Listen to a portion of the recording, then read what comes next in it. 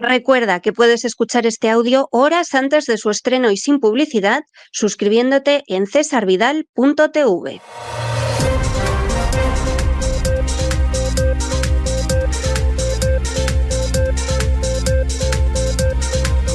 Las noticias del día. Estamos de regreso después de ese editorial que hemos dedicado a la pésima situación financiera del Reino Unido de la Gran Bretaña en estos momentos. No es para sorprenderse. Hombre, es cierto que cuando Lechuga Trash, y la llamaban Lechuga Trash porque decían que había durado más o menos lo que dura una lechuga hasta que te la puedes comer, desde que la compras en el mercado hasta que haces una ensalada, ¿no? Y entonces, pues ella había durado más o menos lo que la lechuga y por eso quedó con Lechuga Trash.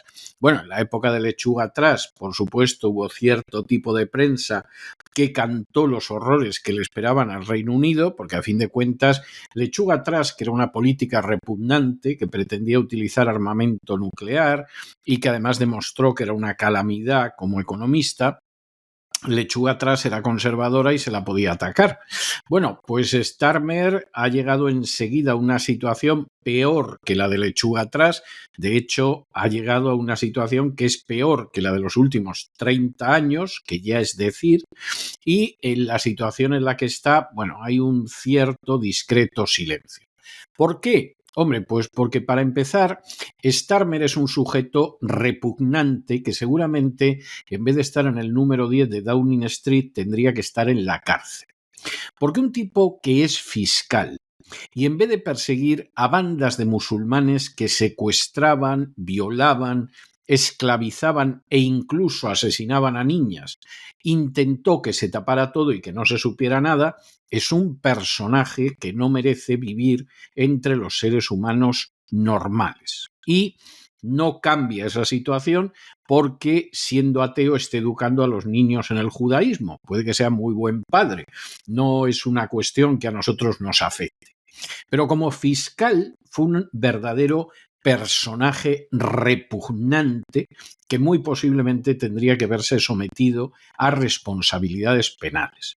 Y como primer ministro no es nada más que una marioneta lacayuna de la agenda globalista que lógicamente está causando un daño al Reino Unido terrible, verdaderamente terrible. Claro, cuando el Reino Unido pasa por una crisis, tiene la fea costumbre desde hace mucho tiempo de arrastrar al mundo a una guerra. Y lo único que le faltaba ya a Starmer sería meternos en una guerra a todos. Si por él fuera, iríamos a una guerra mundial por Ucrania. Menos mal que da la sensación de que el presidente Trump es bastante más sensato y bastante más decente que Starmer y que es posible que la guerra de Ucrania no tarde mucho en acabarse. Cuando Donald Trump señalaba que de lo que tiene que hacer en Europa lo más fácil va a ser hablar con Putin, no pretendía solo desconcertar a la gente o llamar la atención. Es que seguramente lo que estaba diciendo era verdad, pero verdaderamente verdad. Posiblemente lo más decente que se va a encontrar Donald Trump en una gira europea sea a Putin. Y posiblemente el único que no va a intentar sacarle dinero ni engañarlo va a ser Putin. Y por el contrario, el resto de los denominados aliados son a cual peor. No hay nada más que ver esas frases del político polaco de turno diciendo que Donald Trump no se suba mucho a la parra porque no tiene tantos aliados. A lo que Donald Trump ha contestado muy bien diciendo que a Estados Unidos tiene muchísimos amigos y que además se lleva muy bien con ellos. Como diciendo, no me toques las narices, imbécil polaco, porque tu influencia en mi política es cero. Si no la tienen países como Alemania o Francia, pues tú imagínate Polonia. Vamos, ni locos. Y aquí el problema es que en última instancia Gran Bretaña se ha metido en el túnel de la agenda globalista, se ha metido en una situación que está arruinando el país en todos los sentidos, moral, económico, político, institucional, y que pretende seguir adelante. Y esto al final los mercados lo notan. pues no va a ser el primer país que se va a hundir por la deuda, por la bancarrota o por el sistema financiero más que dañado. Históricamente ha habido naciones muchísimo más importantes que el Reino Unido de hoy en día y se vinieron abajo por eso, por no atender a sus intereses nacionales y atender al dogma. Bueno, pues si a los británicos les pasa ahora igual, evidentemente es que se lo han ganado, entre otras cosas votando a gente totalmente deleznable, como es el caso del laborista Starmer.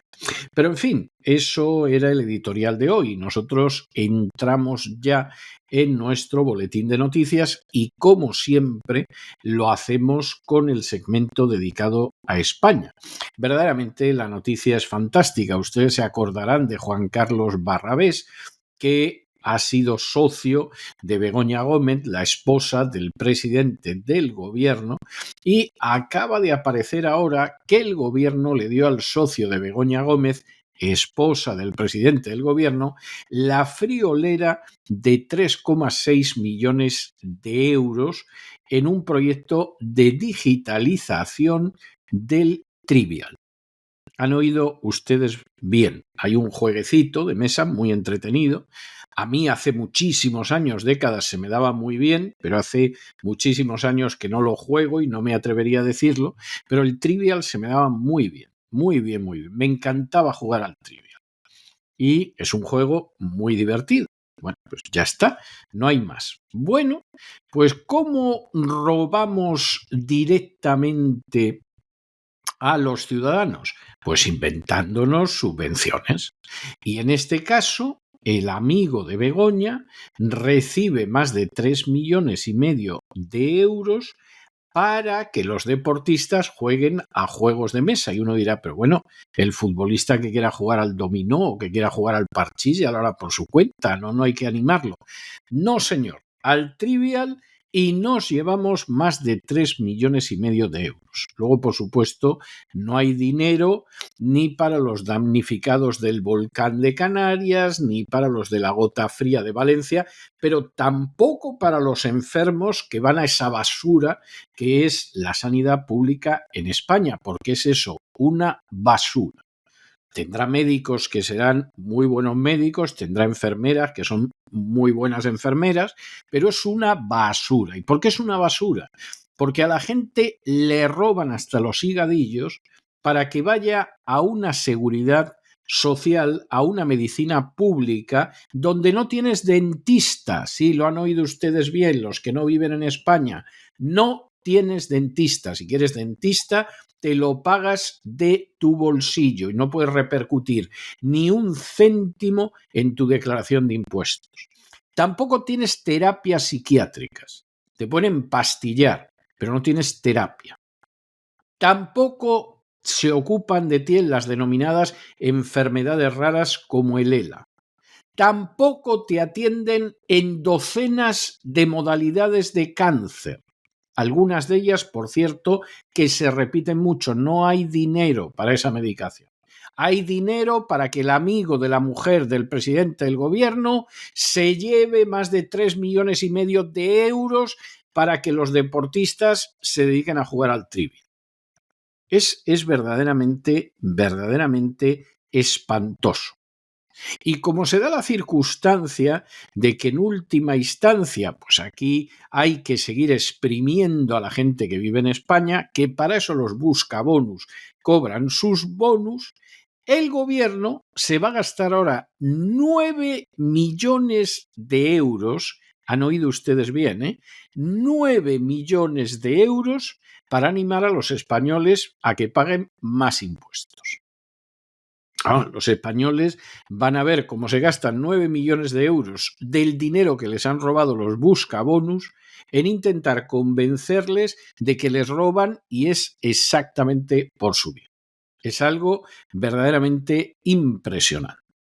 Y eso que la recaudación ha sido récord. La recaudación de este año pasado ha sido una recaudación récord. Bueno, pues aún así resulta que no le salen las cuentas. ¿Y por qué no le salen las cuentas? Hombre, pues entre otras razones, porque resulta que el amigo de la mujer del presidente del gobierno se me lleva más de 3,5 millones de euros en un programa para que los deportistas jueguen al Trivial. O hay un Ministerio de Igualdad que no sirve absolutamente de nada salvo para colocar a feministas y algún homosexual suelto. Y como estas, infinidad de cosas. El dinero se despilfarra, se gasta, se emplea en colocar a pesebreros, y eso sí, ¿quién lo paga? Sobre todo las clases medias. Bueno, pues es el hundimiento nacional. Esto es, no crean ustedes que anda a mucha distancia de lo que pasa en Gran Bretaña, solo que España, al menos en términos militares, hace siglos que dejó de tener pretensiones imperiales desde el siglo pasado, y entonces se ve libre, por ejemplo, de enviar, como hace Gran Bretaña, a sus asesinos a que intervengan, por ejemplo, en revoluciones de colores, porque siempre que hay una revolución, un movimiento extraño, un intento de golpe de Estado, siempre aparece un francotirador británico, como en el golpe de Estado del Maidán en Ucrania en 2014. Y claro, de aquellos polvos, pues acaban llegando estos lodos. En fin, examinamos estas y otras noticias que les afectan, y vamos, pero en serio, con la ayuda absolutamente indispensable de María Durán. María, muy buenas noches. Hola César, feliz lunes a todos. Creo que nos espera otra semana igual de frenética que la anterior, al menos en lo informativo. Vamos con ello. Seguro que todos hemos jugado al Trivial alguna vez, ¿verdad? El juego de los quesitos de colores de cultura general. Lo que seguro que no nos ha pasado es que nos dé dinero el gobierno por jugar al Trivial, al Monopoly, al Risk o al Cluedo, ¿verdad? Eso solo pasa si tienes la suerte de ser socio de Begoña Gómez. Hoy sabemos que el Consejo Superior de Deportes, entidad dependiente del Gobierno, adjudicó un contrato por 3,6 millones de euros a Juan Carlos Barrabés, el ya famoso socio de la investigada Begoña Gómez en la Universidad Complutense de Madrid. Según publica OK Diario, el objetivo del contrato era proporcionar apoyo al CSD, el Consejo Superior de Deportes, en el diseño y ejecución de un modelo de innovación y transformación digital en el ámbito deportivo, además de coordinar los programas de innovación promovidos por este organismo público. Entre las iniciativas propuestas para el proyecto de Innova Next, empresa de Barrabés, figuraba una plataforma de formación en hábitos y cultura digital dirigida al ecosistema deportivo, compuesto por federaciones, centros de alto rendimiento, asociaciones, ligas, clubes, profesionales y deportistas de élite. Vamos a lo gracioso, a lo mollar de la cuestión, y es que el proyecto contemplaba actividades formativas innovadoras, decían ellos, como unas olimpiadas digitales de minijuegos como el Trivial o ¿Quién quiere ser millonario? Está demostrado que el aprendizaje a través del juego es una manera eficaz de asimilar nuevos conceptos, además de hacerlo más atractivo y ameno para el usuario, señala el documento del proyecto de esta empresa de Barrabés. El CSD justificaba la contratación argumentando que el deporte contribuye a construir una sociedad más capaz, feliz y sostenible. Hombre, sí, pero jugar al Trivial no sabemos si hace a la sociedad más capaz y más sostenible. En un informe que ha entregado la UCO al juez del caso Begoña, se señalan posibles irregularidades en el contrato que sugieren incluso indicios de amaño o al menos un procedimiento administrativo poco transparente para adjudicarlo.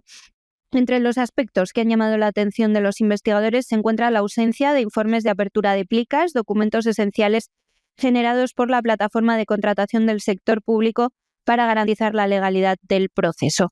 El contrato fue financiado con fondos europeos y el gobierno argumentó que la pandemia de COVID-19 había impactado gravemente en la industria del deporte y que por eso era necesario. De manera nada sorprendente, ya a estas alturas el contrato se tramitó por la vía de urgencia, reduciendo los plazos del proceso. Su importe total ascendía a 10,1 millones de euros, se dividió en 2 lotes, de los cuales el más grande fue adjudicado a esa Innova Next, la empresa de Barrabés. La firma del contrato estuvo a cargo de José Manuel Franco, entonces director del CSD y persona de confianza de Pedro Sánchez. Lo recordarán porque fue también delegado del gobierno en Madrid, es ese señor con cara antipática y pelo pinzo. Actualmente el caso está bajo la revisión de la Fiscalía Europea, ya que se pagó este contrato con fondos europeos, o sea, no dependerá del juez del caso Begoña, pero se va a tener en cuenta en la causa. El informe en poder del juez concluye de manera contundente que no es posible determinar el momento exacto de apertura de las ofertas económicas y de aquellos criterios cuya valoración depende únicamente de la aplicación de fórmulas, ya que no se ha encontrado entre la documentación de los informes correspondientes de la plataforma de contratación del sector público. No es que sospeche la UCO que había amaño, es que huele a amaño, pues lo estáis oliendo desde Estados Unidos, me parece a mí. Claro, pasa que la gente lee cómo el PSOE le está robando a todo el mundo en todo y no paga uno los impuestos así como de buen grado, ¿sabes? ¿Qué se le ha ocurrido al gobierno para arreglar esto? Pues dejar de robar, no, obvio. El Ministerio de Hacienda, bajo la dirección de María Jesús Montero, en esta época de noticia diaria de corrupción socialista, lo que va a hacer es destinar 9 millones de euros a una campaña publicitaria pagadita a las furcias mediáticas con el objetivo de concienciar a la población sobre la importancia de cumplir con las obligaciones fiscales. El Ejecutivo de Sánchez busca enfatizar la relevancia del pago de impuestos tras un 2024 que ha marcado un récord en recaudación gracias al incremento impositivo y la decisión de Hacienda de no ajustar el IRPF a la inflación. Esta iniciativa se enmarca en ese plan de publicidad y comunicación institucional para 2025 que les contamos hace unos días, recientemente aprobado por el Gobierno en Consejo de Ministros, con un presupuesto de 161 millones de euros para financiar sobre todo a sus medios afines, campañas orientadas, dicen ellos, a la difusión de información de interés general. El Ejecutivo insiste así en la necesidad de contribuir con el pago de impuestos en ese contexto de corrupción en todos los estratos de la Administración por parte del partido en el Gobierno, el entorno del presidente y el propio PSOE, en un año en el que se prevé otro incremento de la recaudación de más de 3.000 millones de euros. A falta de los datos definitivos de cierre de 2024, Hacienda ya ha confirmado que ha recaudado 273.993 millones de euros, superando en más de 2.000 millones la cifra de 2023. Sin embargo, este aumento, pues por lo que sea, no le parece suficiente al gobierno de Pedro Sánchez. Por lo que sea, no, porque cuando uno es tan corrupto, pues necesita recaudar mucho, obviamente, si no, no da para robar lo que ansía, dado que continúa gastando el Ejecutivo Sánchez por encima de sus ingresos desde 2019 y va a seguir así, no nos engañemos, ya pueden marcar récord de recaudación cada año, que cuando hay tanta ilegalidad que pagar por el medio, tanta cosa que sufragar a los amigos y familiares, pues claro, es que no salen las cuentas. Bueno, y seguimos también teniendo noticias complementarias y luctuosas y tristes y lamentabilísimas sobre la gota fría. Por ejemplo, nos enteramos de que el gobierno de Pedro Sánchez tardó a propósito 4 días en que llegaran los cuerpos de élite a Valencia. Y como han denunciado, pues algunos militares y algunos miembros de los cuerpos de élite al final no iban a buscar supervivientes, lo que iban era a buscar cadáveres. ¿Cuántos cadáveres? No lo vamos a saber. No lo vamos a saber. Porque 3 meses después seguimos sin cifra oficial de fallecidos. Que fueron miles, eso tiene muy poca discusión, poquísima discusión. Pero claro, a algunos, como murieron dentro del automóvil, se considera que fallecieron en accidente de tráfico. Otros que murieron ahogados porque se les detuvo la respiración. Y así ha sido toda la situación. Y durante 4 días, nada de nada. Ustedes imagínense, solo en esos 4 días, los muertos que pudo haber y a los que se pudo salvar. Pero el gobierno estaba en otras. Y como dijo muy claramente el presidente del gobierno, si necesitan ayuda, que la pidan. El viernes te contaba, César, cómo los militares desplegados por el gobierno en la zona de La Dana denuncian estar sufriendo un brote de sarna y que el Ministerio de Defensa no hacía nada al respecto. Incluso estos militares habían tenido que ir a diagnosticarse y tratarse a sus médicos particulares. Me alegra, la verdad, que los medios españoles vuelvan a ocuparse de las víctimas de Valencia causadas por la negligencia del gobierno central y autonómico, pero especialmente el central. Unas víctimas de las que 3 meses después, y es increíble, seguimos sin conocer la cifra, pero que es de miles de españoles desaparecidos y muertos. Publica ABC que el Ministerio de Interior rechazó desplegar cuerpos de élite de rescate en Valencia en los primeros momentos de la tragedia provocada por la Dana, a pesar de haber recibido ofrecimientos por parte de los responsables. La devastadora gota fría, recordarán, golpeó varios municipios de la Comunidad Valenciana el pasado 29 de octubre de 2024 y ante la magnitud del desastre, según iban llegando las primeras noticias, todos los miembros de las fuerzas y cuerpos de seguridad del Estado mostraron su disposición a desplazarse a la zona para asistir a los afectados. Sin embargo, el ministerio de Fernando Grande Marlaska esperó 4 días para enviar a los equipos de élite, permitiendo que se perdieran así incontables vidas humanas. Uno de los equipos clave para la emergencia era el Servicio de Rescate e Intervención en Montaña de la Guardia Civil, que incluía los grupos de rescate especial de intervención de montaña, el llamado GRAIN, que son expertos en salvamento en zonas de difícil acceso como montañas y barrancos, que era exactamente este caso, el Barranco del Pollo. El 30 de octubre, unas horas después de la catástrofe, se ordenaba el traslado de los efectivos más cercanos, pertenecientes al área de Granada. Se preparaba también el despliegue de otros efectivos, como miembros del área de Navacerrada, que incluía a equipos llegados desde Madrid, Ávila, Segovia y La Rioja. Un grupo de estos especialistas, con su correspondiente equipo de rescate, recibió orden de dirigirse al aeropuerto militar de Torrejón de Ardoz, en Madrid, para viajar a la zona afectada. Sin embargo, en pleno trayecto a Valencia, recibieron la orden de volver, de regresar a su base. Se quedaron movilizados, pero en Madrid, y no fue hasta el 4 de noviembre, o sea, 5 días después, cuando finalmente fueron enviados a la zona devastada. Dice uno de los militares entrevistados por el periodista Javier Chicote que con esta decisión de Marlaska lo que hizo el gobierno fue, en lugar de desplegarnos para rescatar a supervivientes, nos mandaron a recuperar cadáveres. La frase es terrorífica, pero es que la situación que describe es terrorífica y es tal cual ocurrió. Existe un documento firmado por el jefe del Estado Mayor de la Guardia Civil, el general de división Leonardo Sánchez Peláez, en el que se detalla que uno de los puntos de inflexión se produjo el 2 de noviembre, cuando el Ministerio del Interior decidió reforzar el despliegue en Valencia con más de 5.000 efectivos procedentes de diferentes unidades. Otros documentos del mismo cuerpo, que no fue hasta el 5 de noviembre cuando realmente se vio un despliegue masivo con unidades como la Caballería de Valdemoro y la UME. Una decisión que no se entiende, César, lo hemos comentado aquí muchas veces, pero está bien seguir recordándolo porque no puede quedar en el olvido. Además, sabemos ya, por ejemplo, que el verano pasado la Guardia Civil desplegó a 60 especialistas en 5 horas para rescatar a 2 espeleólogos que se habían quedado atrapados en una cueva de Cantabria. Los días posteriores a la Dana, hasta 5 días después, repetimos, apenas había 20 efectivos en el momento más necesario para miles de valencianos. O sea, 60 especialistas para 2 montañeros que se quedaron encerrados, 20 efectivos para miles y miles de valencianos desaparecidos y muertos.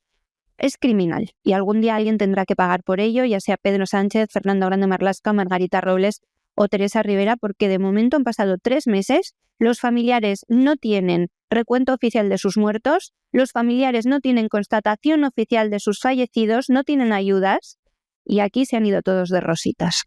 Y nos vamos a Hispanoamérica y nos detenemos en primer lugar en Venezuela. Y aquí verdaderamente la cosa es extraordinaria. Esto se puede leer como se quiera, ¿eh?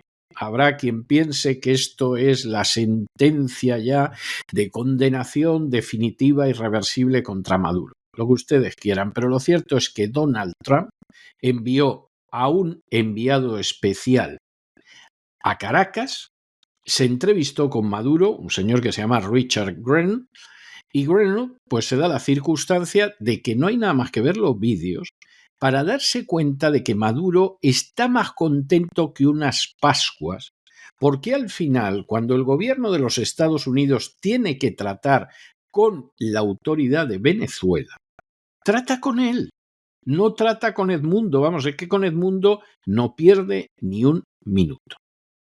Esta es la historia. Bueno, ¿qué ha ido a hacer Grenell? Porque luego esto hay que venderlo. Hay que venderlo a la clientela, sobre todo a la clientela venezolana y cubana de Donald Trump. ¿Qué ha ido a hacer? Bueno, fue a pedir la repatriación de algunos ciudadanos americanos que estaban en las mazmorras venezolanas y que efectivamente, pues por supuesto que consiguió la libertad.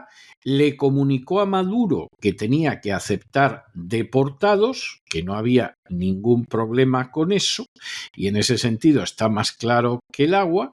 Y, por supuesto, el enviado especial ha dicho que no hubo diálogos sobre el petróleo, que no se habló de petróleo, pero no le gustaría saber exactamente Chevron y otras compañías petroleras si efectivamente no se habló de petróleo, o sí se habló de petróleo en el sentido de que Estados Unidos sigue adquiriendo petróleo a Maduro, Estados Unidos sigue siendo el primer socio comercial de Venezuela y, por lo tanto, pues así estaba Maduro, que vamos, es que no cabía en sí de gozo, estaba verdaderamente feliz como una perdiz. Y esta es la realidad, no hay otra. Luego, por supuesto, en una rueda de prensa a la Casa Blanca le preguntan si la Casa Blanca reconoce a Maduro. Claro, dice que no, pero aquí no nos engañemos. Con quien se ha reunido Donald Trump para llegar a un acuerdo de devolución de presos y de que va a mandar a los deportados venezolanos, que seguramente va a mandar a más de uno, más de dos y más de tres. Y para al final que quede claro que Estados Unidos va a seguir siendo el primer socio económico de Venezuela y por lo tanto es quien mantiene a Maduro, y los que no se enteran es porque no quieren a estas alturas, bueno, pues no es de sorprender que con todas esas circunstancias está Maduro en las fotos y en el vídeo que no cabe en sí de contento. Vamos, no sacó a bailar a Grenell porque se estaría seguramente conteniendo. Y ahora la oposición que nos cuente que sí, que va a ir Edmundo a sustituir a Maduro. Se le ve una cara de miedo a Maduro. ¡Bah! Vamos, debe estar que no duerme después de haberse reunido con el enviado especial de Donald Trump. Y no será porque el régimen no esté deteniendo a opositores. O sea, esto es algo de cada lunes y cada martes. Pero aquí al final la realpolitik es la que es. Como encima, cuando se han puesto a mirar en las cuentas de USAID, resulta que aparece que gente de la oposición venezolana recibió centenares de millones de dólares. Se dice pronto, centenares de millones de dólares. Y no se sabe dónde han ido a parar, pues a que cada cual sus consecuencias. Bueno, y ahora ya la verdad que nos vamos a hartar de Donald Trump, de aquí a final de programa, César, porque mirando a Iberoamérica les contamos que el enviado especial de la administración de Donald Trump a Venezuela, Richard Grenell, conseguía este viernes la liberación de 6 ciudadanos estadounidenses detenidos por el narcorrégimen, quienes ya están en Estados Unidos tras la exigencia del nuevo gobierno estadounidense de su liberación. Contaba el enviado especial: estamos en marcha y nos dirigimos a casa con estos 6 ciudadanos estadounidenses. Acaban de hablar con Donald Trump y no podían dejar de darle las gracias. Esto es lo que publicaba Grenell en su cuenta de X. Su mensaje estaba acompañado de una fotografía en la que aparece junto a los liberados dentro de un avión. Seguro que la han visto ya todos ustedes porque ha corrido como la pólvora por las redes sociales. Grenell viajaba a Venezuela este viernes a última hora española para transmitir al régimen de Nicolás Maduro las demandas de la administración Trump, tal y como explicaba el enviado especial del Departamento de Estado para Latinoamérica, Mauricio Claver Carón. El propósito principal de la visita a Caracas era exigir la liberación y repatriación de todos los ciudadanos estadounidenses considerados rehenes secuestrados por Estados Unidos del régimen de Maduro e informar a la dictadura de que tienen que acoger a los ilegales que serán deportados próximamente. Aunque la administración Trump, por medio de la portavoz de la Casa Blanca, Caroline Leavitt, enfatizaba que este viaje no implica en absoluto el reconocimiento de Nicolás Maduro como legítimo presidente de Venezuela, reiterando que la anterior administración de Joe Biden incluso había reconocido al opositor Edmundo González como presidente electo, Edmundo González que estuvo en la toma de posesión de Trump. Lo cierto es que la foto del enviado especial del nuevo presidente reunido con el régimen ha caído como un jarro de agua fría en parte de la oposición, que ve cómo Estados Unidos dialoga con el gobierno ilegítimo y criminal. Leavitt, la portavoz, insistía en que el enviado especial Rick Grenell viaja a Venezuela con 2 objetivos claros: garantizar la repatriación de los miembros del Tren de Aragua, de los cuales 400 están bajo custodia de Estados Unidos, y asegurar el regreso de todos los ciudadanos estadounidenses detenidos. Asimismo, Mauricio Claver Carón confirmaba que Grenell viajó a Venezuela para transmitir las exigencias de la administración de Trump al régimen de Maduro. Esto no es una negociación, recalcaba en una rueda de prensa, señalando que Grenell tan solo había comunicado a las autoridades venezolanas la obligación de aceptar a sus criminales pertenecientes a grupos como el ya mencionado Tren de Aragua, uno de los más peligrosos de Iberoamérica en este momento, y otros que sean deportados de Estados Unidos. En general, suponemos que todos los ilegales, que son los que están siendo deportados, tengan otro tipo de delitos a sus espaldas o no. Decía también, aquí no hay ninguna negociación relacionada con el petróleo. El presidente Trump ha sido muy claro en que Estados Unidos no necesita el petróleo de Venezuela. Bueno, eso habría que verlo. Insistían que no existen negociaciones con Maduro ni un reconocimiento implícito tras los comicios de 2024, los comicios que robó el pasado verano el narcorrégimen a la oposición liderada por María Corina Machado y Edmundo González Urrutia. El régimen de Maduro, por cierto, que sigue a lo suyo, que es el crimen, las drogas y la tortura y detención de opositores. En las últimas horas ha llevado a cabo un registro en la vivienda de Douglas Rodríguez, coordinador de 20 Venezuela, en el estado de Bolívar, y ha arrestado a su suegra de 80 años junto a su cuidadora. Decía el partido en un comunicado, los cuerpos represivos del régimen han allanado ilegalmente la residencia de Douglas Rodríguez, coordinador de 20 Venezuela y jefe del comando con Venezuela en Bolívar, este 31 de enero. Así lo denunciaba 20 Venezuela a través de sus redes sociales. Esta mujer de 80 años detenida, secuestrada junto a su cuidadora, parece ser que, además de ser anciana, tiene una salud extremadamente frágil, por lo que entre la oposición existe una gran preocupación por lo que pueda sucederle. Y nos vamos a Panamá, donde, como ustedes saben, estaba una situación en la que Donald Trump había dicho que iba a recuperar el canal de Panamá, que además China lo controlaba y que, por supuesto, pues nada, que el canal lo recuperaban porque Panamá no había cumplido las condiciones de la devolución. Todo eso ha sido propaganda. China no controla el canal de Panamá, eso es un disparate. La nación que pasa más barcos, más de 2/3 partes por el canal de Panamá es Estados Unidos. Y ese canal es panameño, le guste o no le guste a Trump y a su equipo. Bueno, pues finalmente, en un momento determinado aparece por allí Marco Rubio, que es el que va a llevarse las bofetadas por si las cosas no terminan de salir bien, y entonces se entrevista con el presidente de Panamá, José Raúl Mulino. Bien, ¿qué ha salido de esta reunión? Pues hombre, no lo que esperaban aquellos que ansiaban que el canal supuestamente controlado por China pasara a ser controlado por Estados Unidos. Marco Rubio ha dado garantías, suponemos que se cumplirá la palabra, al presidente de Panamá, de que Panamá mantiene el control del canal, que la soberanía de Panamá sobre el canal no tiene el menor riesgo y que el tratado que hay, eso va a misa por los siglos de los siglos. Es decir, que seguimos en la posición en la que estábamos.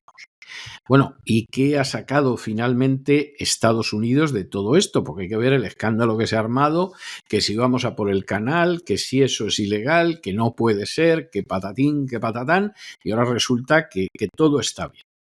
Que Panamá sigue controlando eso, que no va a haber una amenaza a la soberanía de Panamá sobre el canal, que al mismo tiempo se da la circunstancia de que, ni de lejos el acuerdo que hay, el famoso acuerdo Torrijos-Carter, se va a invalidar. ¿Y todo esto para qué? Bueno, pues ha salido el presidente de Panamá, Mulino, anunciando que un acuerdo que se firmó en 2017 con China sobre la ruta de la seda no se va a renovar. Este es un acuerdo que se firmó hace casi una década y no se va a renovar. No quiere decir que lo van a eliminar ahora, porque aquí Mulino ha dicho, también eliminarlo ahora no, porque esto sería muy problemático, etcétera, etcétera, pero no se va a renovar. Bueno, la renovación es dentro de unos años. Veremos a ver si Marco Rubio sigue de secretario de Estado para aquel entonces. Previsiblemente Donald Trump no va a seguir siendo presidente de los Estados Unidos y ya veremos a ver lo que va a hacer Panamá, pero al final esto, se mire como se mire, es el parto de los montes. Y claro, muchos de los fans de Donald Trump en las últimas horas, ayer mismo, en Estados Unidos ya decían, pues es que teníamos que haber recuperado el canal. Es que, bueno, que no se va a renovar el acuerdo con China, bien, pero el canal es que lo teníamos que haber recuperado. Pero si ya podíamos quedarnos con el canal, que es la garantía, se les nota un poco frustrados. Porque al final lo de quedarse con el canal no... que parece que no. Y que hay un acuerdo con China que no se va a renovar. Pero bueno, eso ya se verá dentro de unos años. Y dentro de unos años ya se verá. Más administración Trump, que se va saliendo con la suya en Panamá. El presidente de este país, José Raúl Mulino, ha anunciado esta madrugada, hora española, que su gobierno no renovará el memorando de entendimiento firmado en 2017 con China sobre la iniciativa de la Ruta de la Seda. Además, deja abierta la posibilidad de finalizar el compromiso con el país asiático antes del plazo previsto. Todo esto se ha producido tras reunirse con el secretario de Estado de Estados Unidos, Marco Rubio, ya saben, el equivalente al ministro de Exteriores, que ha visitado el país este fin de semana. Mulino reafirmaba así la soberanía panameña sobre el Canal de Panamá, asegurando que la administración del mismo va a continuar bajo el control de su país. Según sus declaraciones, no existen discrepancias en este asunto, aunque reconocía que el presidente Donald Trump tiene su propia opinión sobre la presencia china en la región. También afirmaba que esta cuestión será evaluada por las instancias técnicas correspondientes y que la soberanía panameña no está en riesgo. Y descartaba además cualquier amenaza contra el tratado que rige el canal, así como la posibilidad de un uso militar de la fuerza en la zona. En su discurso, el mandatario panameño criticaba la falta de relaciones diplomáticas sostenidas en los últimos años, recordando incluso que ha habido ausencia de un embajador durante gran parte de este último periodo. En un intento, eso sí, de reforzar ahora la cooperación con Estados Unidos, ha ofrecido el área de la pista de Nicanor en Maeti, en el Darién, como punto estratégico para las deportaciones hacia otros países de Hispanoamérica. Por su parte, en los últimos días, Trump, ya saben, había lanzado una advertencia contundente al sugerir que Estados Unidos podría recuperar el Canal de Panamá si la situación no cambiaba. Lo dijo el nuevo presidente en declaraciones a CNN, en las que insistió en que China está gestionando el canal, a pesar de que, según él, este nunca fue cedido a los chinos. Es obvio que nunca se cedió a los chinos, sino entregado a los panameños de manera, decía él, irresponsable. Tras estas afirmaciones, Trump exigía cambios inmediatos para frenar la influencia del Partido Comunista Chino en la región. Un comunicado del Departamento de Estado señalaba también que la presencia china en el canal podría estar violando el Tratado sobre la Neutralidad Permanente y funcionamiento del mismo. En su visita, Marco Rubio transmitió a las autoridades panameñas que, de no tomarse medidas al respecto, Estados Unidos se vería obligado a actuar para proteger sus intereses conforme al tratado vigente. Asimismo, agradecía la cooperación de Panamá en el programa de repatriación conjunta. Para concluir su visita, el secretario de Estado recorría el Canal de Panamá, pudo observar de primera mano su funcionamiento en las esclusas de Miraflores. Según la autoridad del Canal de Panamá, Rubio pudo conocer el sistema de control de las instalaciones.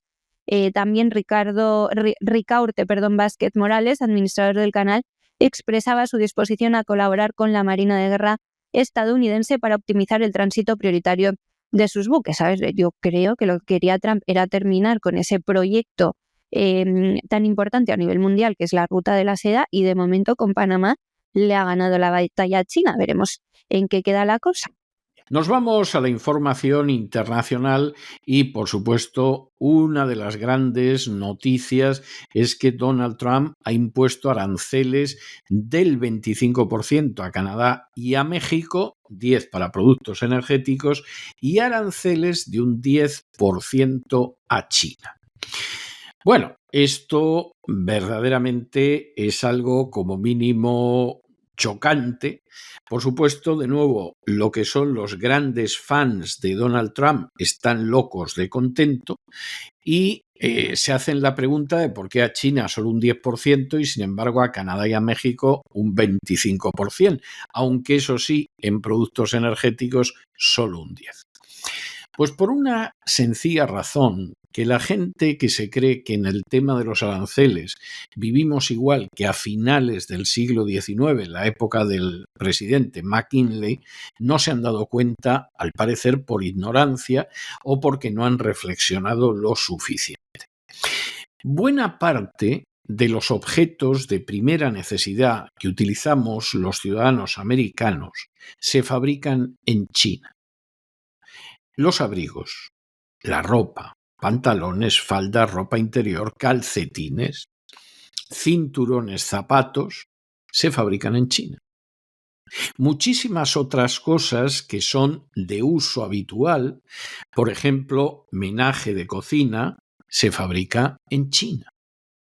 Hay infinidad de cosas, cuadernos, bolígrafos, plumas, etcétera, tazas, se fabrican en China.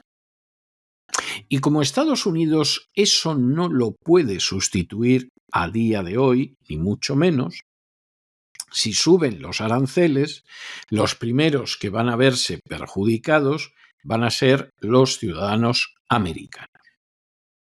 Claro, en el caso de Canadá y de México, tampoco les compramos tanto. Yo ahora mismo tendría que recordar lo último que yo he podido comprar de fabricación mexicana y ya canadiense ni hablemos.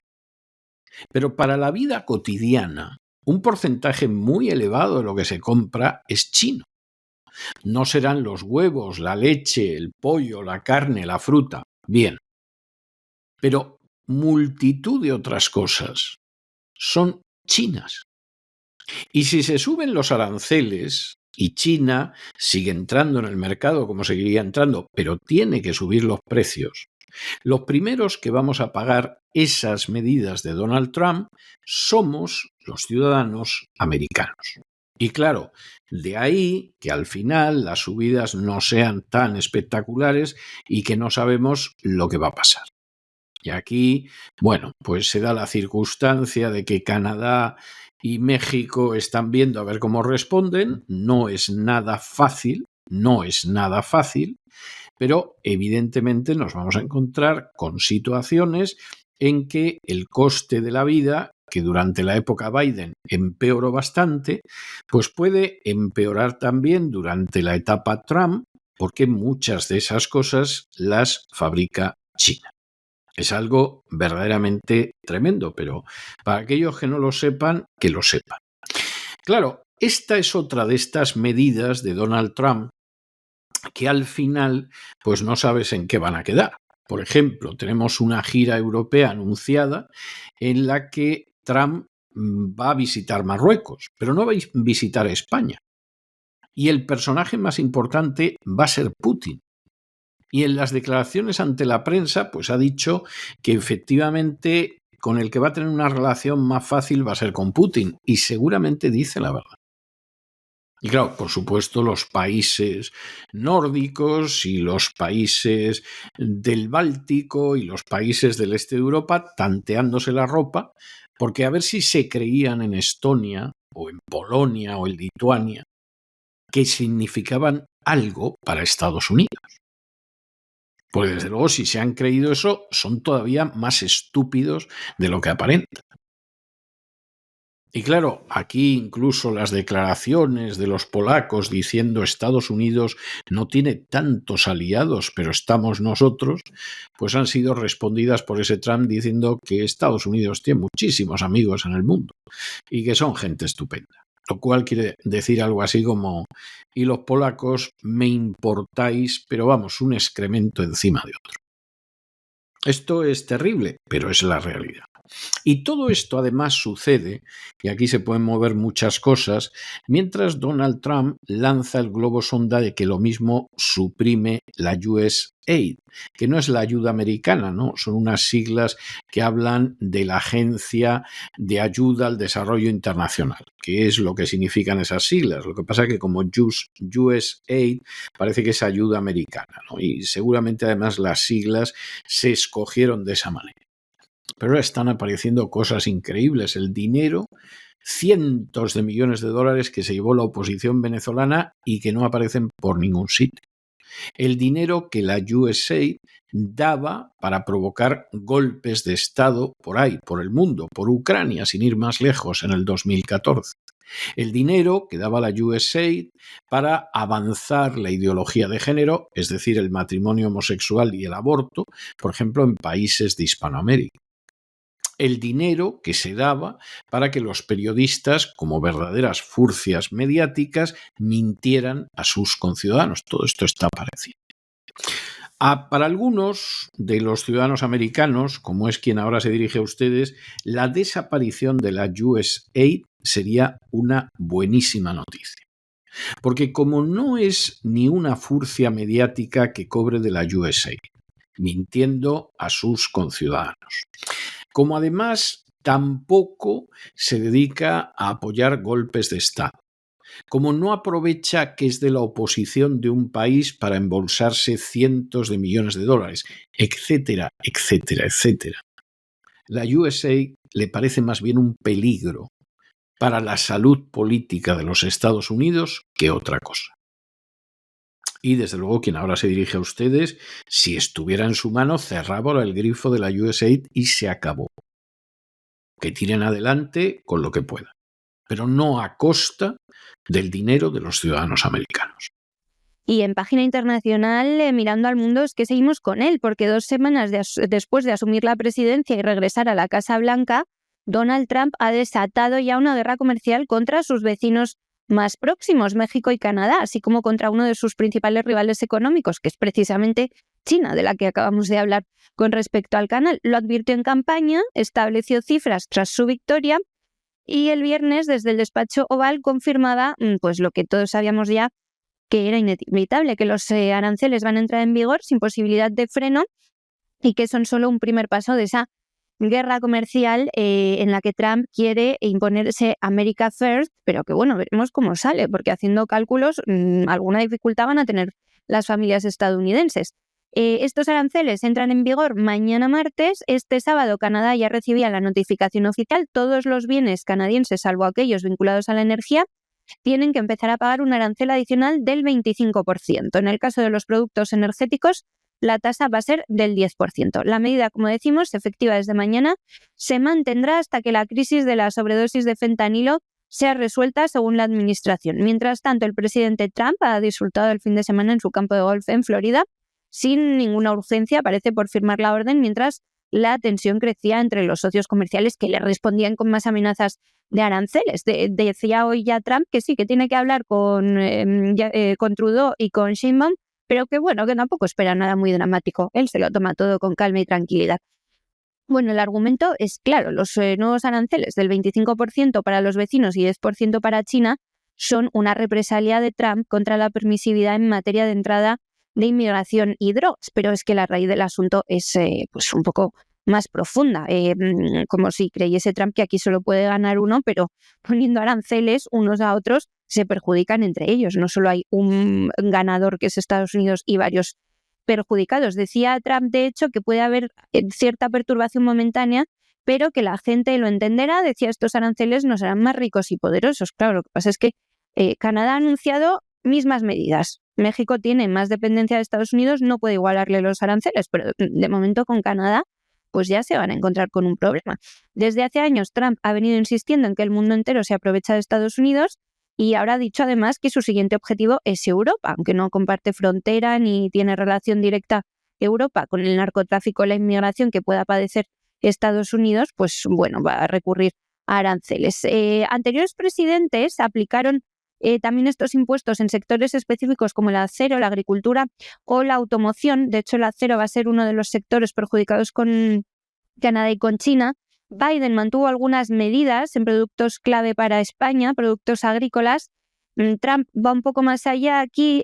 Según la Universidad de Yale, esta política de aranceles le puede costar a los hogares estadounidenses hasta $1.300 al año a cada uno. Aún así, pues la Casa Blanca confía en que sus socios van a aceptar las medidas y no temen a priori represalias. Como les digo, Justin Trudeau ya ha respondido inmediatamente. El primer ministro saliente advertía que el país va a responder con determinación y de manera equitativa. Mark Carney, exgobernador del Banco de Inglaterra y posible futuro líder canadiense, bueno, más que posible futuro líder, parece que va a ganar las elecciones, decía, nos enfrentamos a un matón, estamos preparados para plantar cara. En la primera presidencia de Trump, Canadá y Estados Unidos ya se estuvieron poniendo aranceles con productos emblemáticos, como una cosa simbólica. Más bien se pusieron aranceles al bourbon, al vino y a los jeans, a los pantalones vaqueros. México, por su parte, pues vive una situación más compleja. Ya saben, sus opciones son limitadas para responder a Trump con más aranceles porque su economía está profundamente integrada con la estadounidense. ¿Creen Trump y sus asesores que las importaciones de acero y automóviles mexicanos perjudican a la industria nacional? Lo que justifica, dicen, la revisión del tratado UNSCA, firmado en 2020, para reemplazar al anterior que se llamaba NAFTA. El presidente cree que esta medida solo le va a traer beneficios, que no van a subir los precios. Su equipo incluso sugiere que estos ingresos pueden sustituir a los impuestos sobre la renta. Bueno, veremos qué pasa. Las cadenas de suministros estadounidenses pues también dependen de flujos con otros países, lo que cualquier barrera comercial puede provocar que cualquier barrera comercial pues suba el precio de los automóviles, ¿no? Aunque los estadounidenses tengan que optar por comprar vehículos nacionales, vehículos estadounidenses, no todas sus piezas son estadounidenses. En fin, más allá de la industria automovilística, el sector energético también va a sufrir un impacto importante. Más de la mitad del petróleo que importa a Estados Unidos viene de Canadá. También el 50% casi de las frutas y verduras frescas que consumen en el país llegan de México, especialmente el aguacate. Ya saben, el guacamole es algo que se ha popularizado en Estados Unidos, pero los aguacates de Estados Unidos suelen venir de México. A su vez, es el principal comprador México de las exportaciones agrícolas estadounidenses. Los productos que se van a ver más afectados son los aguacates que les digo, los tomates cherry, los camiones de juguete, esto me llamaba la atención, no lo sabía yo, el tequila, también muy popular en Estados Unidos, el sirope de arce y herramientas que van a ver aumentar su precio en cuestión de días, mañana. Les decía que Trump ya impuso 4 rondas de aranceles a productos de otros países en su primera administración. En concreto a los productos chinos les impuso una subida de 360.000 millones de dólares. Ahora, entre las subidas de impuestos a Canadá, México y China, se puede superar la recaudación de 1,3 billones de dólares estadounidenses, según The Wall Street Journal. Lo que no está tan claro es a cuánto ascenderán las pérdidas. Según datos de la Oficina del Censo, Canadá y México juntos representan el 28% de las importaciones estadounidenses en 2024 y China habría aportado el 13,5%. Bueno, vamos a ver cómo termina esta guerra. Los próximos somos nosotros. Ahora se lo contamos también porque Trump prepara ya viajecito a Europa y no con buenas intenciones, creo yo. Además, noticias reseñables sobre la reducción de su propio gasto. El propio Donald Trump y Elon Musk han puesto fin a la existencia de la Agencia de Ayuda al Desarrollo Internacional, USAID por sus siglas, marcando un giro drástico en la política de cooperación exterior de Estados Unidos. Cooperación exterior, por no llamarlo financiación de regímenes que son verdaderamente perjudiciales para la mayoría del mundo. Elon Musk, que actualmente lidera, ya saben, el Departamento de Eficiencia Gubernamental, el famoso DOGE en la administración Trump, confirmaba que ya ha discutido el cierre de esta agencia directamente con Trump, que está completamente de acuerdo con la decisión. Durante una intervención en los espacios en vivo de X, que también es curioso, la madrugada de este lunes, o sea, esta última noche, Elon Musk ha detallado que ha examinado con Trump los problemas de USAID, le preguntó en varias ocasiones si estaba seguro de querer desmantelarla y dice Elon Musk que el presidente no dudó en confirmar su decisión. Esta declaración llegaba poco después de que la Casa Blanca anunciara la congelación por 3 meses de casi todos los fondos destinados a programas de ayuda exterior de USAID. Esto ya se lo contamos, que la semana pasada se habían paralizado las ayudas internacionales, por ejemplo la de Ucrania ya estaba paralizada, solamente se iba a mantener la ayuda a Israel. El presupuesto de esta ayuda a la cooperación, como lo llaman, superó con la administración de Joe Biden los 60.000 millones de dólares. O sea, los estadounidenses tuvieron que pagar 60.000 millones de dólares para entregar a otros países para su propia defensa o su propio desarrollo. Países como Israel, ya les digo, han quedado exentos de la medida. También Egipto se ha conocido en las últimas horas. En 2023, USAID canalizó 17.000 millones de dólares en asistencia a Ucrania. Le siguió Israel con 3.300 millones, Jordania con 1.686 y Egipto con 1.500 millones. Trump había apuntado desde el primer día que volvió al despacho Oval directamente contra USAID, la calificó de entidad mal administrada y alineada con lo que él domina radicales, o sea, son ultraizquierdistas, lo que hacen es financiar en todo el mundo intereses de la ultraizquierda. Elon Musk daba un paso más allá En X, en ese directo, describía a la agencia directamente como una organización criminal de las más peligrosas del mundo y decía que su tiempo ha llegado a su fin. Hombre, es verdad que los ciudadanos normales no tenemos nada que sentir de la desaparición de esta agencia. Mientras tanto, los demócratas del Senado ya han exigido explicaciones a Marco Rubio sobre una visita que ha hecho personal que responde ante Elon Musk de la agencia Dodge a la sede de USAID y la suspensión de licencias de altos funcionarios de la agencia encargada de administrar esta ayuda exterior y desarrollo global, lo llaman los demócratas, claro. Bueno, pues no le quisieron ni siquiera entregar la información, pero es que ha llegado el personal de Elon Musk y a unos cuantos altos funcionarios de Biden, colocados por Biden, pues los han despedido y les han limitado el acceso, cosa que ha sentado muy mal a los demócratas, obviamente. Y para terminar, lo que les decía, por otro lado, Trump prepara ya gira por Europa, sin revelar fechas concretas. Sí sabemos que España ha sido excluida de la agenda, lógico, estamos entre que Pedro Sánchez se ha autonombrado líder de la oposición mundial a Trump y que no tenemos muy claro que Trump sepa quién es, pues como para venir a verlo. Mientras que Rusia, curioso esto, parece representar, según el presidente, el menor desafío para él dentro de su recorrido. Decía Trump la noche del viernes al sábado, hora española, de nuevo, por la tarde, en Estados Unidos, que el país que le parecía que iba a dar menos problemas y en el que las cosas iban a ser más fáciles durante la gira europea iba a ser Rusia. De hecho, el líder ruso, Vladimir Putin, reforzaba esta perspectiva con declaraciones emitidas en una entrevista televisiva que se va a emitir esta noche en Rusia. Ya se ha podido ver un adelanto y parece que Putin Putin lo que afirma en esa entrevista, hoy conocemos más detalles y matices, es que las élites europeas acabarán obedeciendo y moviendo la cola ante Trump, y agregaba que el presidente estadounidense impondrá rápidamente su voluntad en la región. O sea, Putin da por hecho que la guerra con Ucrania va a acabar muy rápido y que además Europa va a plegarse a todas las exigencias de Trump.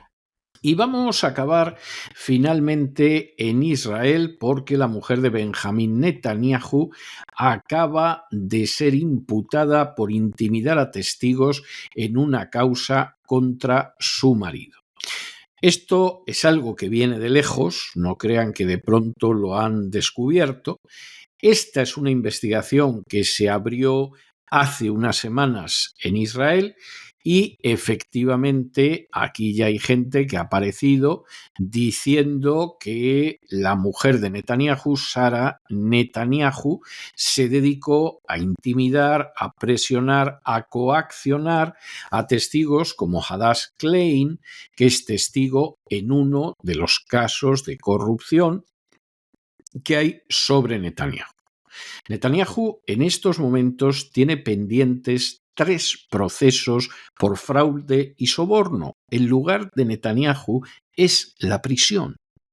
Y si Netanyahu hubiera estado en la cárcel cuando tenía que estar, y el Estado de Israel no se hubiera revelado tan deficiente a la hora de ir a por Netanyahu, nos hubiéramos ahorrado una guerra en Gaza. Seguramente la cúpula militar, que tenía datos un año antes de por dónde venía el ataque de Hamás, hubiera parado el ataque de Hamás. Hubieran muerto efectivos de Hamás, que seguramente tampoco habrían sido tantos para pararlos. Es posible que no hubiera muerto un solo soldado israelí y no se hubiera producido el secuestro de rehenes. Y luego no hubieran dado muerte a cerca de 50.000 palestinos, en su aplastante mayoría civiles y casi la mitad niños. O sea que al final, cuando no actúa la justicia, pues bueno, los efectos que esto puede tener colateralmente son terribles. Netanyahu tiene ahí eso. Ahora además se suma la situación de que la esposa de Netanyahu, que por cierto en el 2019 ya la condenaron por malversación de fondos estatales. Eso que decía Julio César de que la mujer de César no solo tiene que ser honrada sino parecerlo, eso para los republicanos romanos estaba bien. Para sionistas como Netanyahu ni soñarlo. Hay categorías morales muy distintas. Bueno, pues a la señora la condenaron y siguieron adelante, igual que había 3 causas sobre Netanyahu y han seguido adelante.